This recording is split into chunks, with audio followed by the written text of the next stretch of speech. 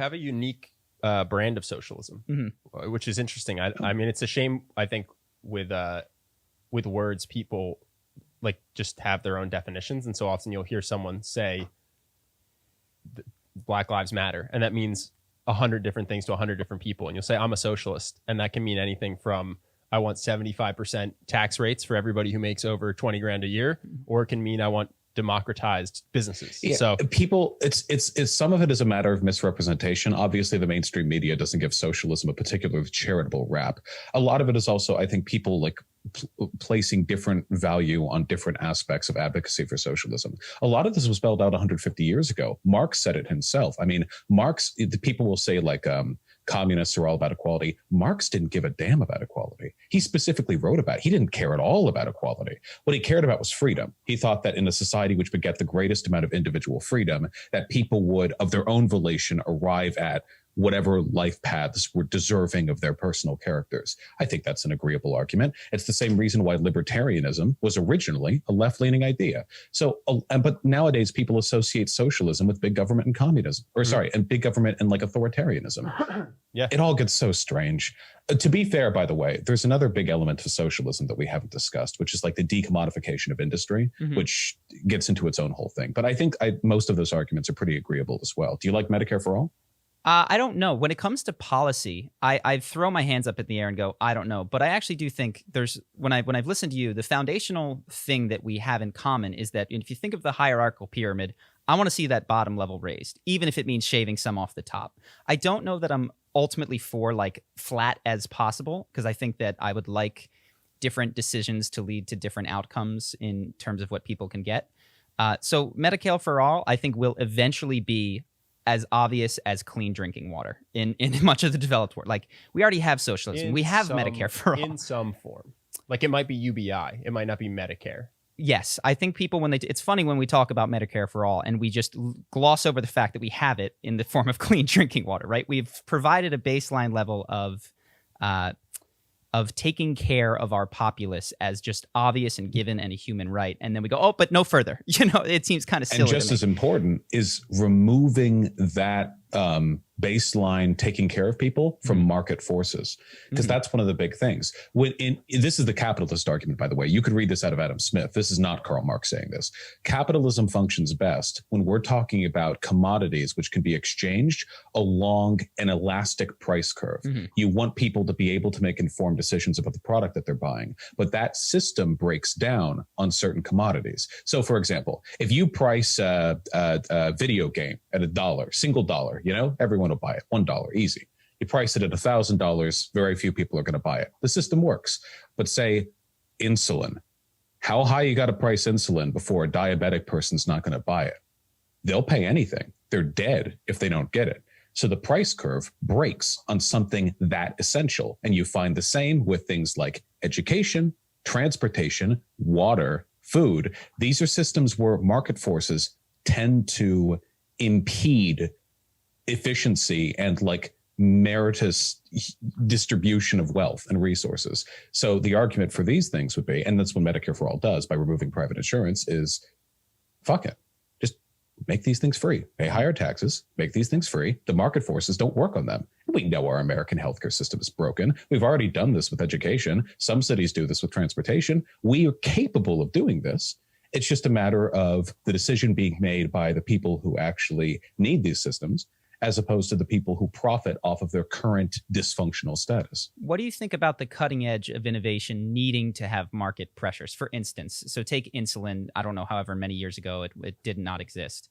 If I am a selfish person entering into the medical field and you tell me that I have to charge a wage or a price that people can afford for something, I might redirect my efforts to something else that just personally earns me more money and thus not pursue innovation which would develop insulin. So do you think that there's a time period or a cutting edge that needs to have those market pressures where there is price gouging and there's tons of money to be made?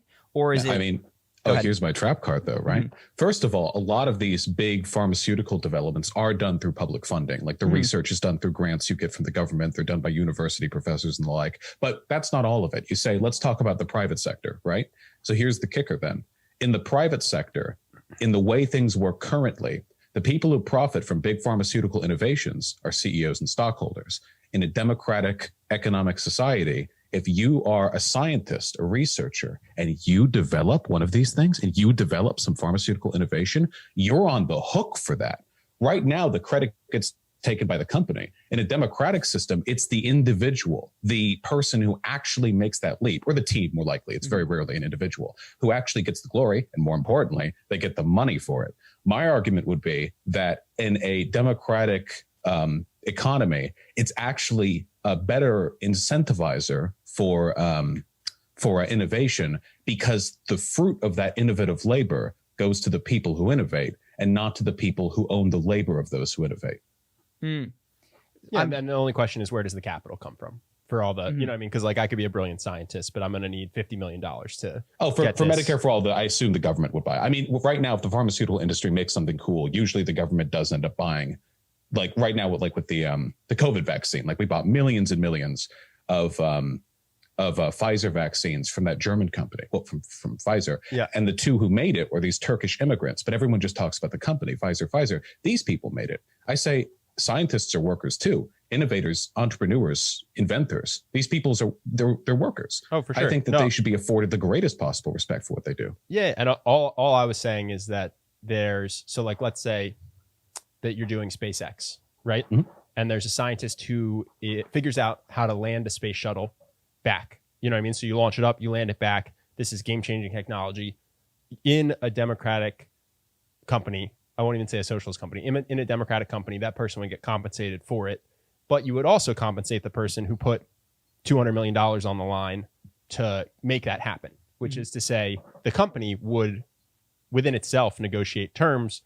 Some of the upside is going to go to the scientists. Some of the upside is going to go to the person that provided the capital and made it possible.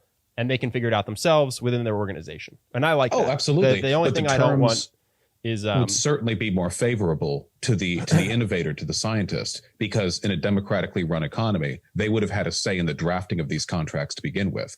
Right now, the priority of any given firm is to draft contracts which benefit the CEO, the stockholders, to the greatest possible degree. More beneficial to the scientist than today would occur, or more beneficial to the scientist than to the person that puts up the money at risk than today. In anything like space, makes total sense. The one part that gets left out. Sorry. No, the one part that just sometimes gets left out is like, there is actually value to someone giving you $200 million to experiment in technology. And of course. It gets really complicated because we aren't whittling statues out of like logs of wood that we find in the forest. You know, like obviously anything, especially something as complicated as pharmaceutical technology or SpaceX, is going to involve literally thousands of people down the supply chain, from people in the third world who are making the metal that gets shipped to America to be assembled into the rocket, to the geniuses who are developing these formula. And, you know, I don't know what they do with SpaceX. I'm sure it's very complicated, but it all gets very complicated. Yeah. And I guess I would rather the complexities be decided by everyone than the complexities being decided by people who have all the power and the greatest incentive to make the most amount of money from the labor of everyone beneath them. You know? Sure. Yep.